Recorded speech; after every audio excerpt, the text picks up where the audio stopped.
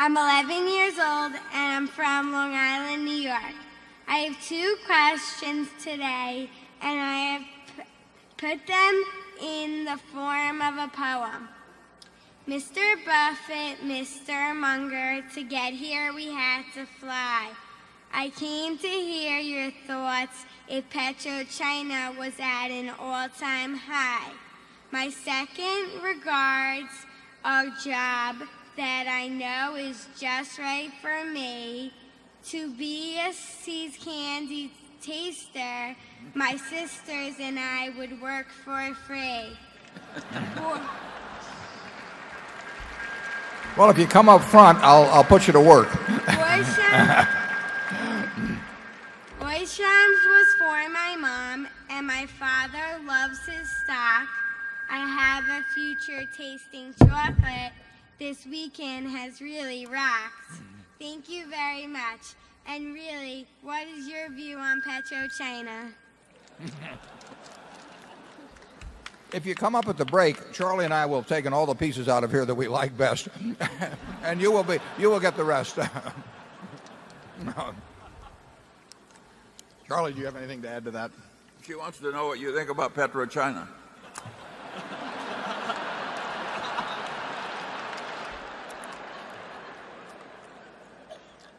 It's funny. I saw her out there in the shopping area, and I knew that she had PetroChina on her mind. We bought PetroChina a few years ago,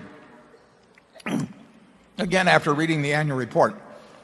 And fortunately, it was in English. It was the first stock, Chinese stock, and really the last. I mean, it won't necessarily be the last, but I mean, it's the only one that we've owned so far. We put about $400 million into it. At the time, and still, it produces about 3% of the world's oil, which is a lot of oil. It produces probably 80% or so as much as ExxonMobil will produce. And it's a huge company. Last year it earned $12 billion. Now, if you look at the Fortune 500 list, my guess is you won't find more than about 5 companies in the United States that earn $12 billion or more. So it's a major company. At the time we bought it, the total market value was $35 billion. So we bought it at about 3 times what it earned last year. It does not have unusual amounts of leverage. In the annual report, they say something which very, very few companies do say, but which I think is actually fairly important. They say they will pay out about 45% of the amount they earn. So if you can buy it at 3 times earnings, what turned out to be 3 times earnings, and you get 45% of 33%, you're getting a 15% yield on your cash yield on your investment. It's a very good annual report. Chinese government owns 90% of the company. We own 1.3%. If we vote with them, the 2 of us control the business. And it's a thought that hasn't occurred to them, but I'll keep pointing it out. But it's a very major business at a very, very attractive, at what was a very attractive price. Unfortunately, the government shares and our shares have the same economic interest, but they are classified differently, so that the government's 90% are called one thing and the 10% with the public are called H shares. And we have to report in Hong Kong when we own 10% of a company, or we did then, 10% of a company's shares. So unfortunately, the 10% applied only to the 10% of H shares, and so we had to reveal our ownership when we only had 1% of the economic interest in the company. So we would have bought more, but the price jumped up, and we are happy to have our 1.3% or whatever it is, and we think that they've done a good job in running the business. They've got large gas reserves, which they're starting to develop now. But it's a very major enterprise. It employs almost 500,000 people.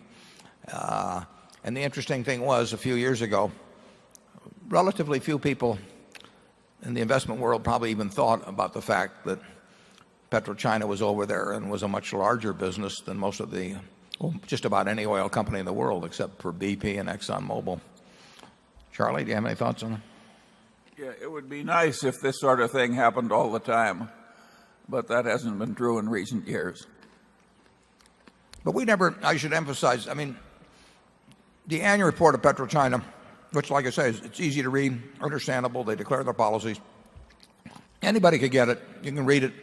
We did not go over, and we never had any contact with the management before we bought the stock. We'd never attended an investor presentation or anything of the sort. I mean, it's right there in black and white in a report that anybody can get. And we just sit in the office and read those things, and we were able to put $400 million out that's now worth about $1.2 billion or something like that. It was interesting at the time. I think I'm right on this. At the time, Yukos, which is the big oil company in Russia, was probably far better known among the investment community in the United States than PetroChina. And I compared the two at the time. Thought to myself, would I rather have the money in Russia or have it in China?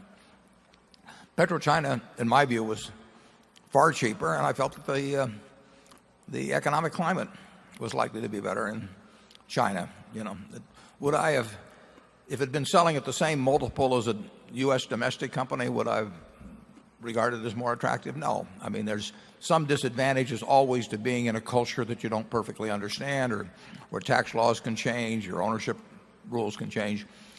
But the discount at which PetroChina was selling compared to other international oil companies was in my view at the time ridiculous. So that's why we bought it. And we will have the candy available for you at the break.